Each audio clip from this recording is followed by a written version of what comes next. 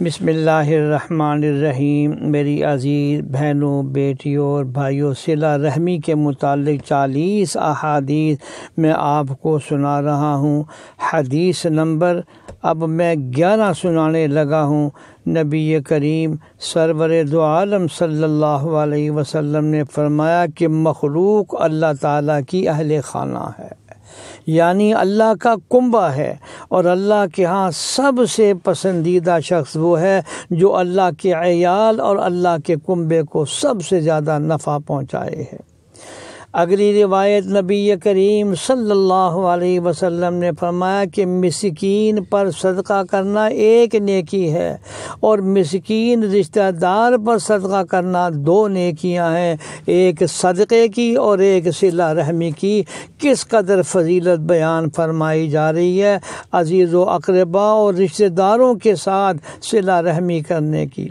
اگلی روایت میں ہے کہ نبی پاک صلی اللہ علیہ وسلم نے فرمایا کہ صلہ رحمی عمدہ اخلاق اور ہمسائے سے حسن سلوک کرنا گھروں کو آباد کرتے ہیں اور عمروں میں زیادتی کرتے ہیں، یعنی عمروں میں بڑی برکت ہو جاتی ہے۔ اگلی روایت میں رسول اللہ صلی اللہ علیہ وسلم نے فرمایا کہ اتنی تعلیم حاصل کرو کہ جس کے ذریعے تم اپنے رشتہ داروں سے حسن سلوک کر سکو، کیونکہ رشتہ داروں کے ساتھ حسن سلوک کرنا اقربا میں باہمی محبت و موانست کا سبب، مال میں کثرت و برکت کا ذریعہ ہے اور درازی عمر کا باعث بنتا ہے۔ یہ حدیث نمبر میں نے 14 آپ کے سامنے پیش کی ہے۔ اگلی روایت رسول کریم صلی اللہ علیہ وسلم نے فرمایا کہ آپس میں ایک دوسرے کو ہدیہ دیا کرو۔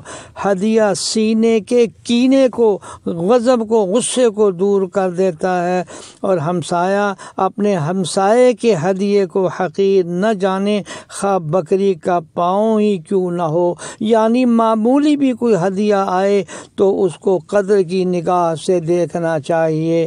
اللہ جل شانہ ہمیں صحیح سمجھ عطا فرمائے، آمین یا رب۔